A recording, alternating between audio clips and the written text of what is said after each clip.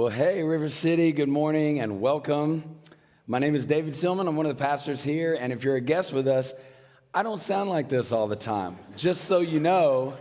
Hopefully my voice will make it. First service, we were fine, and we'll see what happens today, but I'm so excited about the message that I believe God has for us today, as we're in week 4 of our series entitled Sweet Spot. Now, in order to get us started this morning, I want to go back in time just a few years to my junior year in high school. Now, after my junior year in high school, I had a once-in-a-lifetime opportunity, and this was it. And I honestly don't have any idea how I talked my parents into it, looking back on it. I got to go to a Christian leadership camp in Northern California, and this is what this looked like, is that somehow I convinced my parents to pay thousands of dollars to send me to this 2-week camp, and then somehow I convinced them for me and 2 of my we were not the smartest friends to get on a plane in Memphis and end up somehow in San Francisco, California by ourselves. This is insane that they let us do this. We promised when we got there to get off the plane and find a payphone. Some of you remember those, and call them and say, yes, we are alive, before we jumped on a yellow school bus that looked like it was maybe decommissioned in the 70s, and then we bounced along and somehow 3 hours later ended up in the mountains of Northern California. And when we were kind of spit out of this bus into this camp, it was incredible. There were so many things that I knew were going to be memorable. Here's some of the things that I knew. Like, for starters, first of all, we're in the mountains of Northern California. Beautiful. The closest town was 15 miles away. Etna, California, for all of you that have been there, is about 450 to 500 people, and that was 15 miles away. So this was remote. It was beautiful. Some other things about the camp, like the activities were boring things like, whitewater rafting and ropes courses and hiking in the mountains. The food was incredible. The counselors were people that we thought were some of the coolest people on the planet. They were students from Auburn University, and they loved Jesus, they loved us, and wanted to build into us. So we knew it was going to be an amazing week. But, all of those things that I told you about are not the reasons why I remember this camp. As incredible as all of that was, what was the best times for me, and the reason why I remember that camp and remember some of the lessons I learned, is because of the biblical teaching and the opportunities for us then to be able to go away and spend time with God in the wilderness with just him, with no distractions, no cell towers, no nothing. It was just us and God there in the mountains. And what I want to show you right here at the outset is one of those lessons that I learned when we were up there in the mountains that has impacted my life to this day. I believe it's a great intro to what God wants to teach us today. So this lesson began with our team. My team consisted of 15 people that were kind of from all across the country. And we went out into the woods. Maybe with your work you've done this, or maybe at school you've had like a retreat, and they take you for some team building exercises. You guys are familiar with this.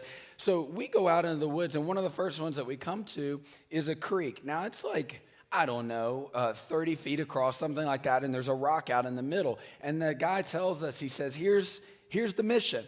You guys need to get, from this side of the creek, you need to get all 15 people onto this rock. It didn't look like 15 people could fit on the rock, by the way.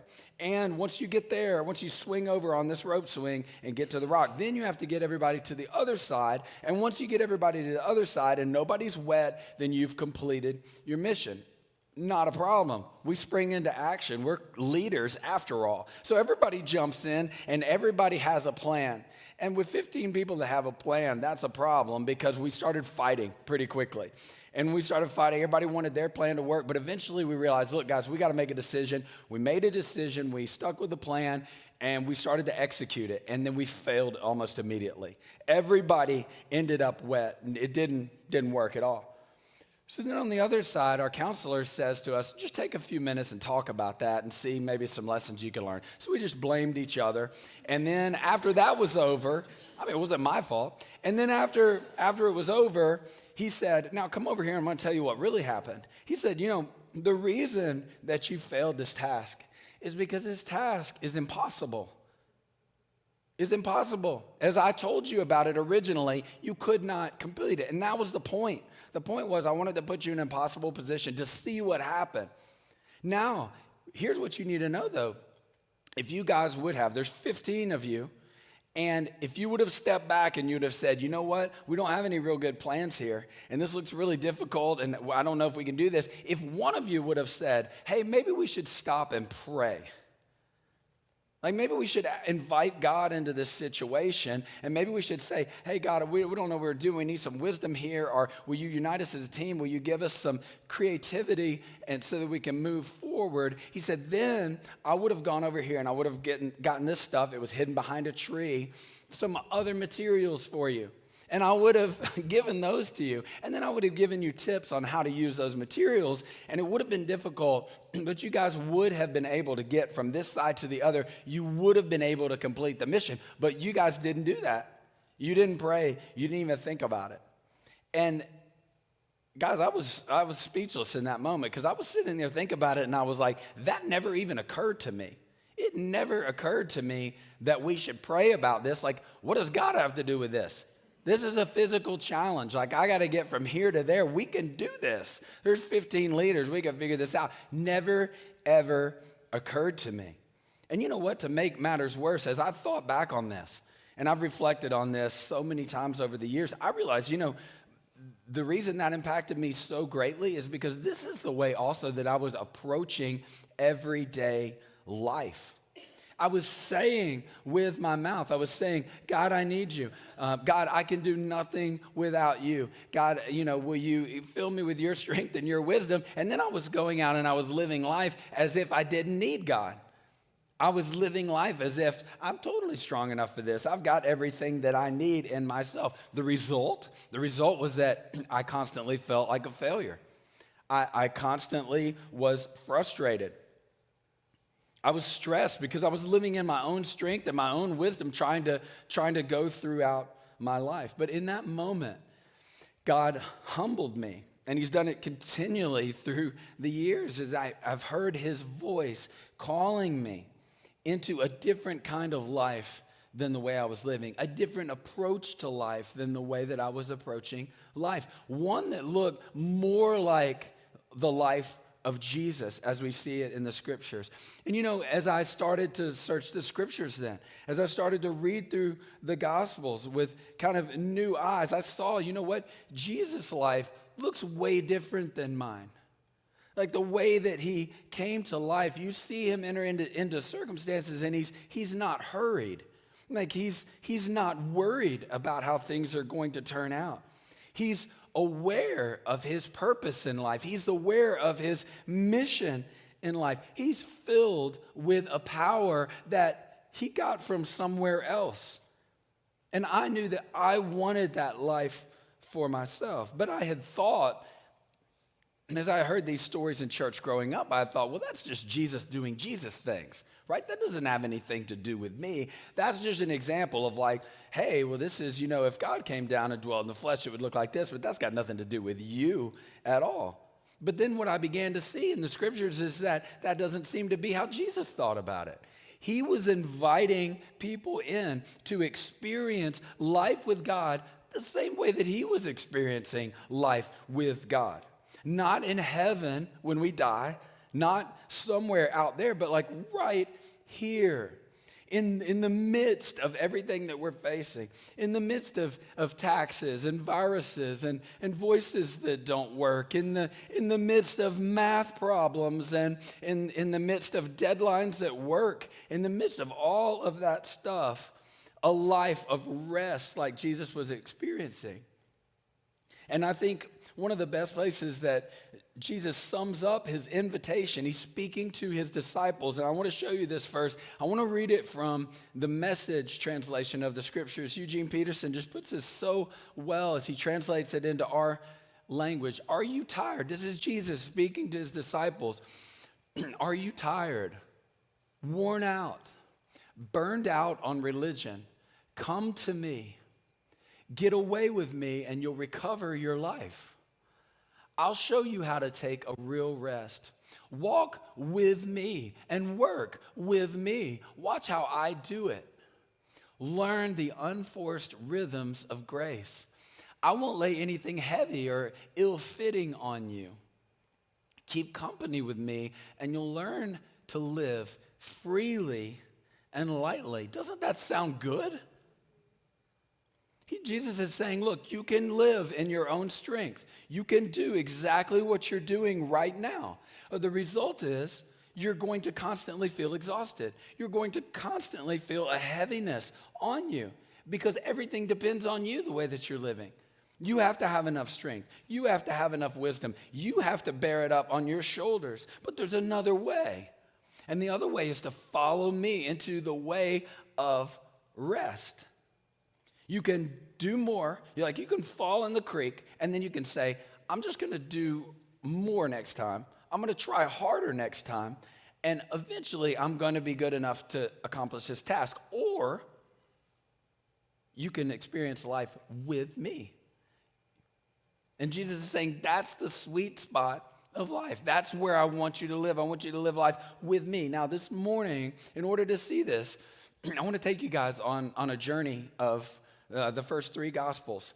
And just to see some things about the life of Jesus, really one main thing I want you to see about the life of Jesus. There was one practice in Jesus' life as he walked through life on earth that was a non-negotiable for him.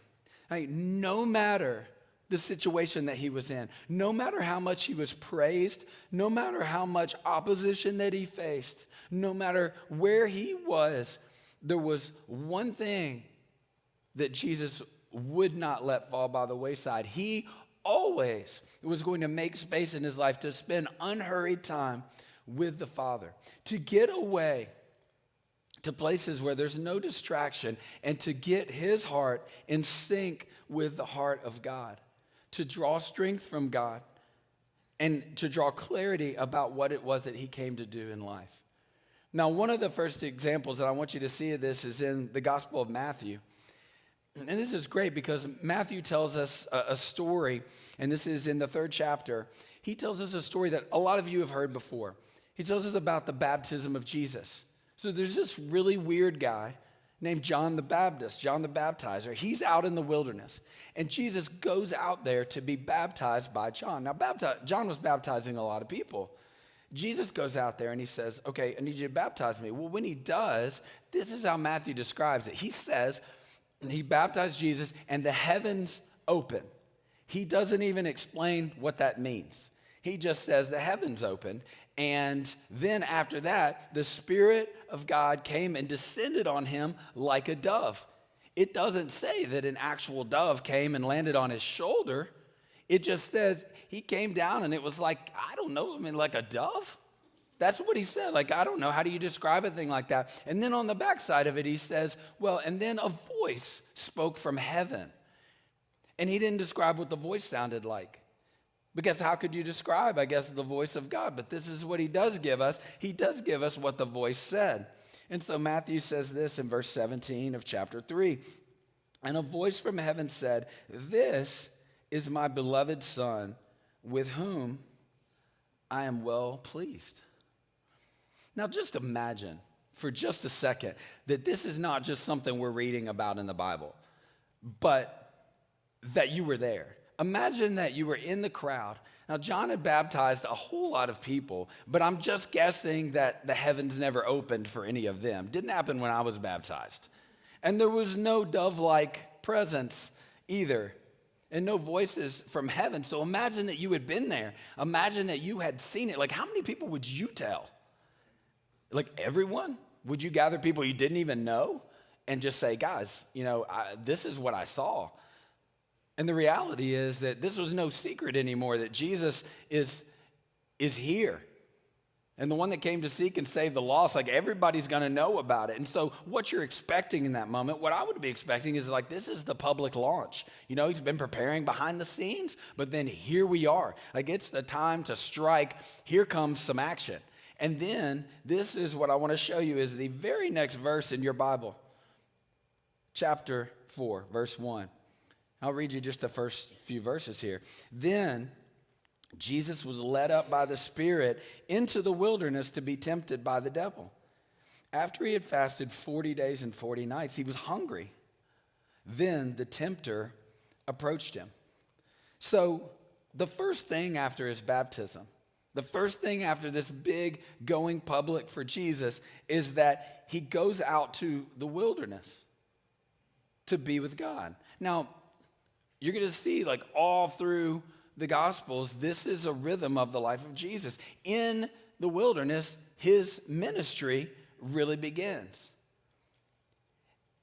And I want to go take you back to the first verse of this, though, 4:1. It says, "Then Jesus was led up by the Spirit into the wilderness to be tempted by the devil." So this was the will of God for him to go out to the desert, to be led out there. And when you think about this, like this is about where he is going to come and face down the devil. You think, oh, okay, well, beginning of his ministry, maybe this is the time. We just need to get this out of the way because we've got the Son of God in this corner. We've got the Prince of Darkness over here. And let's just get that clash. You know they got to come together and fight. So let's just get it over with right here at the beginning. And the way I always thought about this is like this. I always thought, well, if we're going to do this, let's put like one of Jesus' arms behind his back. Let's not let him eat for like 40 days, right? Because he doesn't need all of his strength. So let's put him out there, one hand behind his back. Let's separate him from everybody he knows and loves so that he has no support. He's completely out there, like isolated. And let's give it 40 days or something like that. And then let's let him have it come together. And I've always thought, man, the devil is such a cheater, because like he couldn't really fight in full strength. He's got to wait till he's like super hungry and he's out there in the middle of nowhere and he's bored. But this is what I misunderstood. I always saw the wilderness as a place of weakness. I saw it like, Jesus going out there to fight and he's still going to win, but like he doesn't have it all together. No, what's really happening here is that Jesus, after 40 days of total dependence on the Father, looking to him, he is not weak. He's at the height of his power, spiritually speaking. He understands exactly why he's there. He understands exactly what he's come to do. And so it's in this way that he comes and he fights against the devil.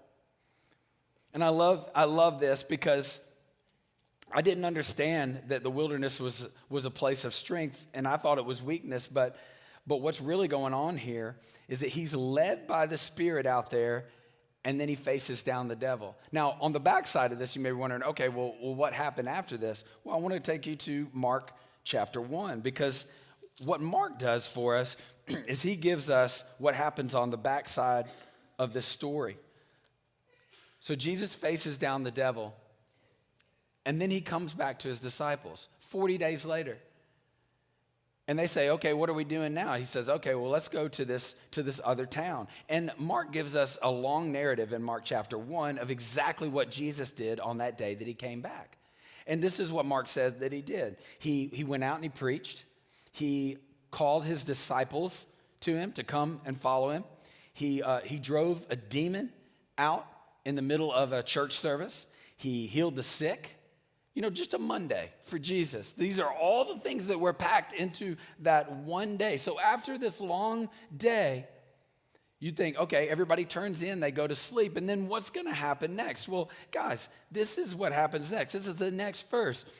Verse 35, very early in the morning, while it was still dark, he got up, went out, and made his way to a deserted place, and there he was praying. So 40 days in the wilderness, fasting and praying. He comes back for one full day of ministry, one packed day of ministry. And then where does he go? He immediately goes back out to the deserted places to hear from God. And now if you're the disciples, you had to be thinking like, really? You were just gone for 40 days. Like, aren't you like full and just ready to roll now? You're going back out.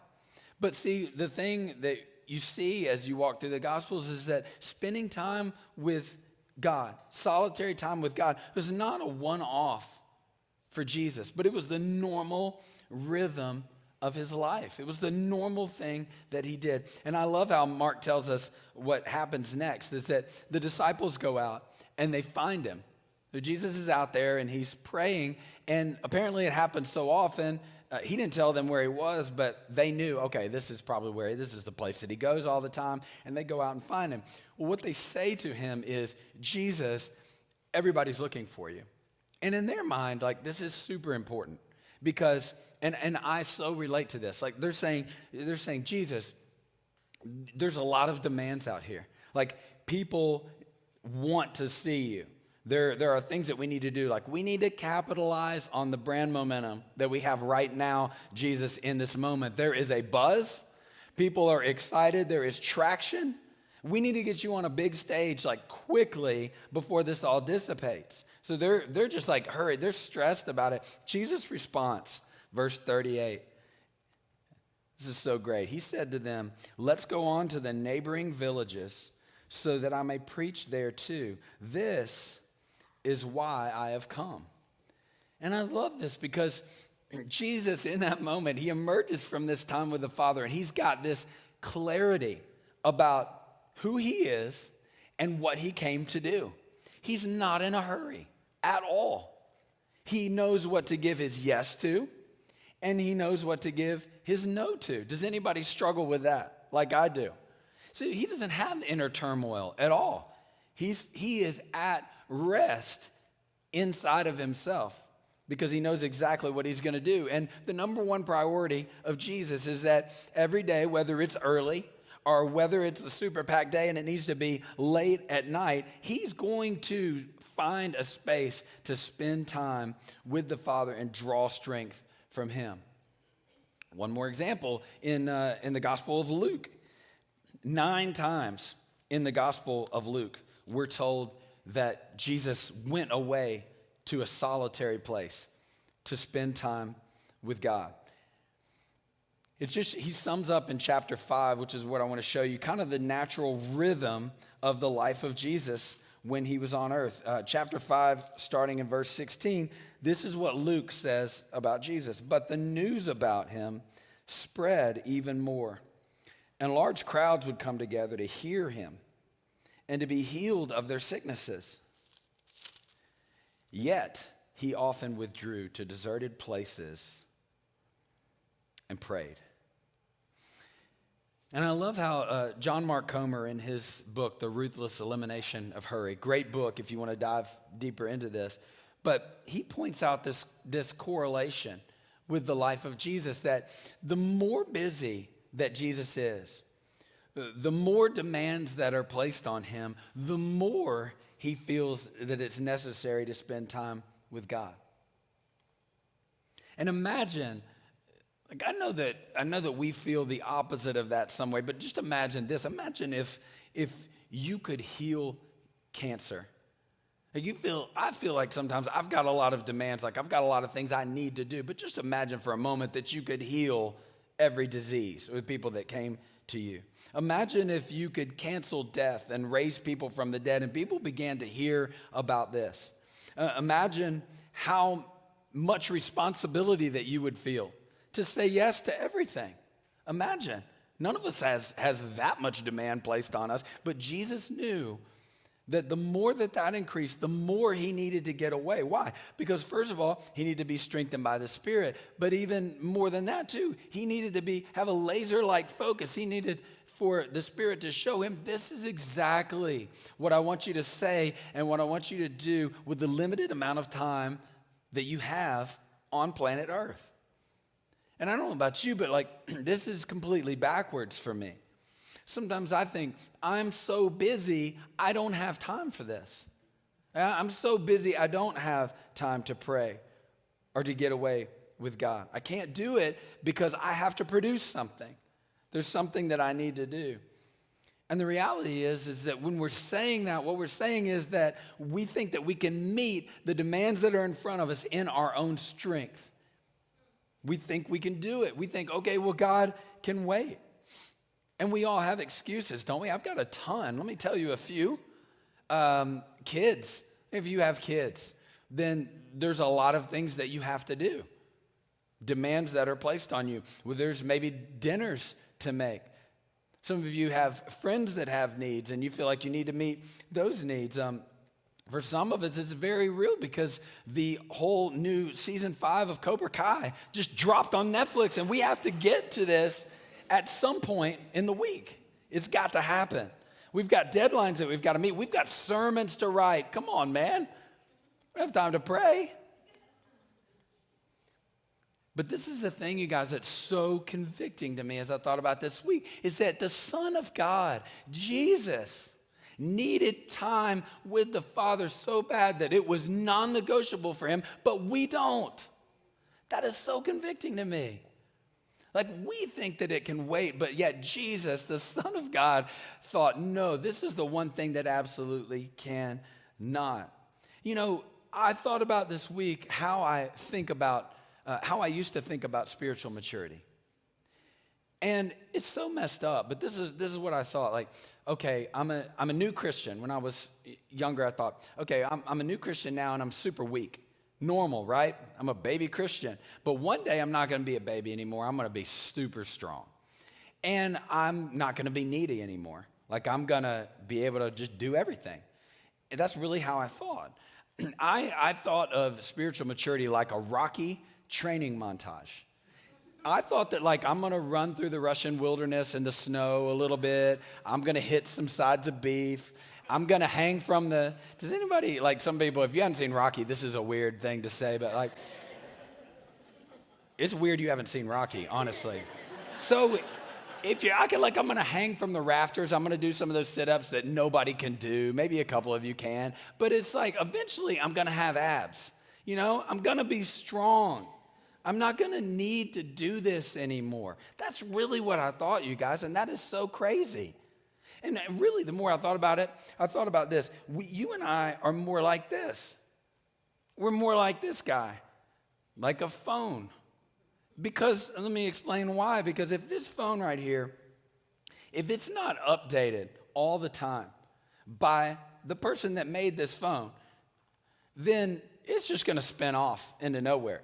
Like, people are going to hack your phone and all that kinds of stuff. Like, thing is not going to work. But even more important than that, if you go to bed tonight and you have to be at work in the morning and this is your alarm clock and you don't plug this bad boy in, like, this thing's going to die.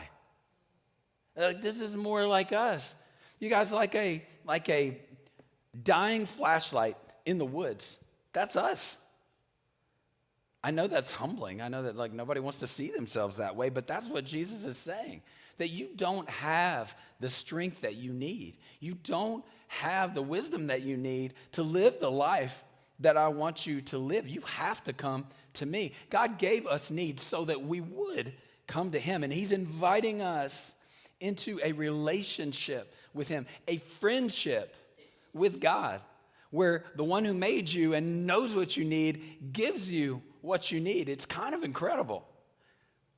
He's saying, that's what I want for you. I want you to know me. I want you to know my heart for you, and I want you to know why I created you. But instead, what we do is we just like, oh, okay, cool. I'll just learn a bunch of facts about you and all of that, but I'll never talk to you. I won't allow you to talk to me. Like, that doesn't work in our relationships. Like, imagine if you went home and told your husband or your wife that. Or maybe one of your friends. Like, I want to be really close to you. I want to know you. So I'm just going to go and talk to everybody that's ever known you, and I'm going to find out what they know. I'm going to learn a bunch of facts about you. It's going to be great. We're going to be so close. That's not how that works. We know that. We know that you have to spend time together in order to know one another. And you guys, this is the thing. It's like God is always speaking. He wants to communicate to us. But there are so many voices around us that are so loud. And it seems like more and more all the time. And everybody wants to just take all of your attention and take all of your time. Look at this, watch this. And if we're not careful, all of the things will just drown out the voice of God in our lives. So we have to make a decision. Like, do we really feel like we need to hear from God? Do we feel like we really can't make it unless we have strength that's outside of ourselves, if we don't allow him to give us clarity? And then we have to make the decision to seek that out. He's not going to run away. He's waiting to hear from you. He wants to speak to you.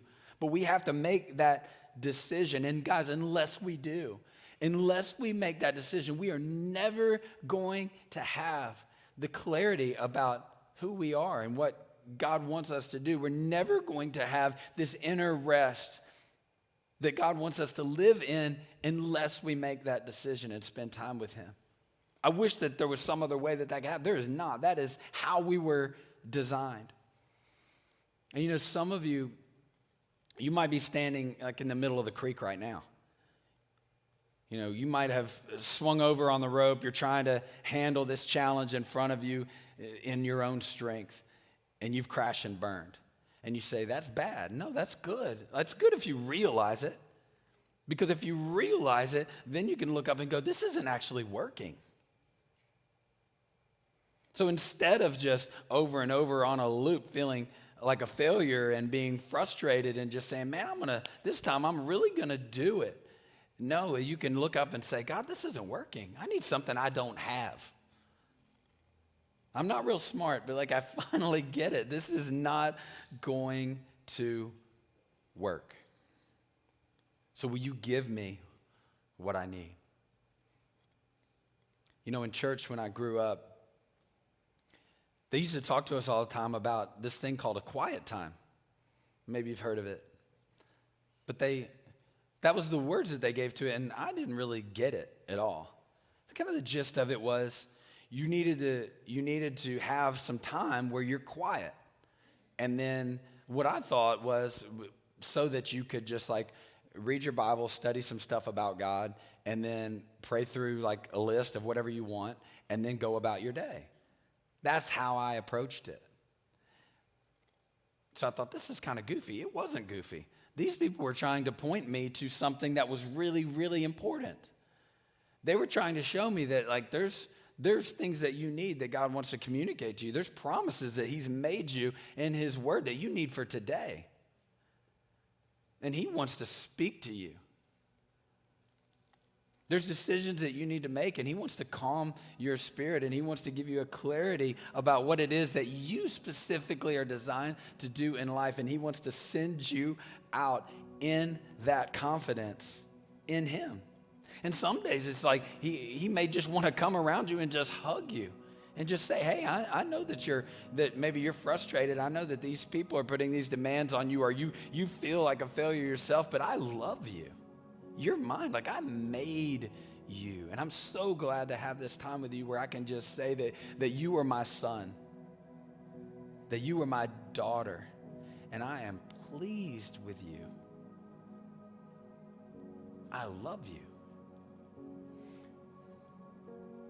What if he was wanting to do that? Would you want to hear it?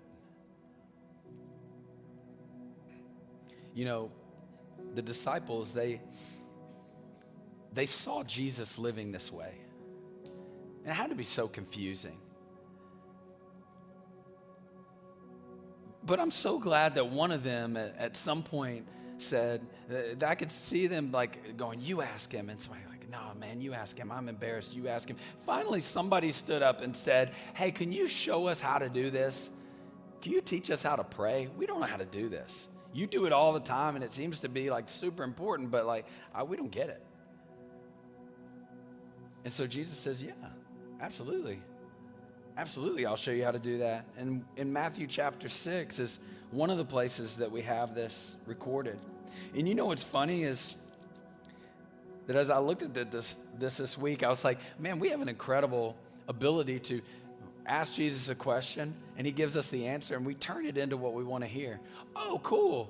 A prayer that I can just recite and then get what I want, and I'll just move about my day. I'm not saying it's a bad thing for us to say this all together. That's great. But what Jesus was saying is when you approach God this way. Have this attitude toward God.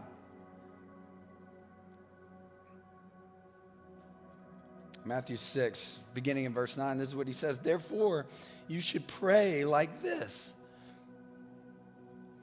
Our Father in heaven, your name be honored and holy. He's saying, when you come to God, first of all, realize who you're talking to.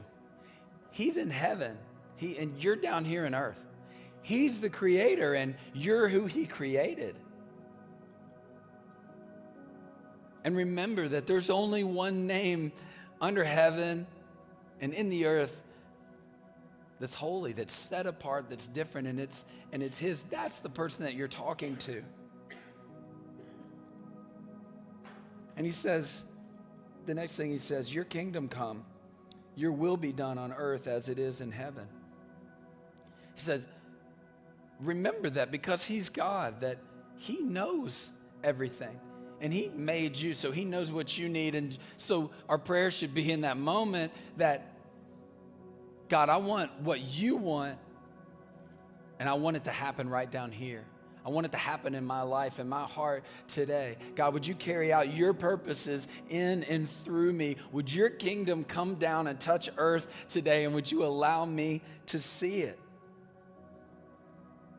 The next attitude he says, give us today our daily bread. God, there's things I need, and I know that you know what I need, so would you give me what I need to face the day? And forgive us our debts as we have forgiven our debtors. God, I'm in the water again. I crashed and burned again. Would you forgive me? And then God, would you, as I realize that I'm forgiven, would you enable me to forgive and extend grace to other people? Because when they wrong me, I can say, like, I get it. I just wronged God, so I get it. I'm going to extend you grace because I'm receiving grace. And then he says, do not bring us into temptation, but deliver us from the evil one. So your Father who's in heaven, he says, he knows that you're in a battle, but he's already stared down and he's already faced the prince of darkness. So this battle that you're in, just remember that he's more powerful and that he's with you and he wants to give you everything that you need. And that's the confidence that we can face in life. And Jesus says, that's what I'm inviting you into, but you have to make a choice. Is it going to be your strength or is it going to be my strength? Let's pray together.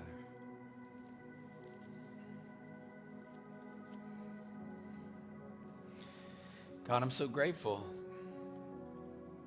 It doesn't even feel right that why should we be invited in as your friends? Why should you feel about us the way that you do? What are we? But we know that it's true, God. And we know that you loved us so much that you were even willing to die for people that were actively opposed to you. We weren't crying out for you to come and save us. We were running the other way, but you did it anyway. And God, we're grateful.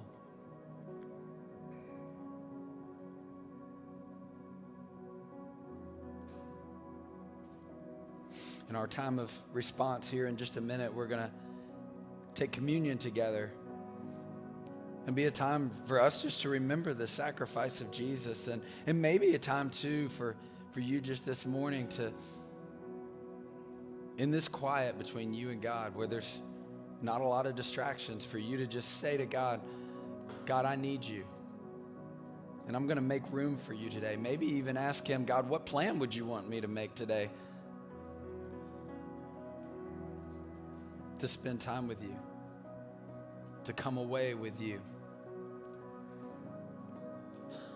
There's some cups in the back of the room. If you didn't get them on the way in, you can grab one. I'm going to ask David just to play for just a minute, give you guys some time just between you and God to take communion, respond to him. Peyton's going to come and lead us here after a few minutes.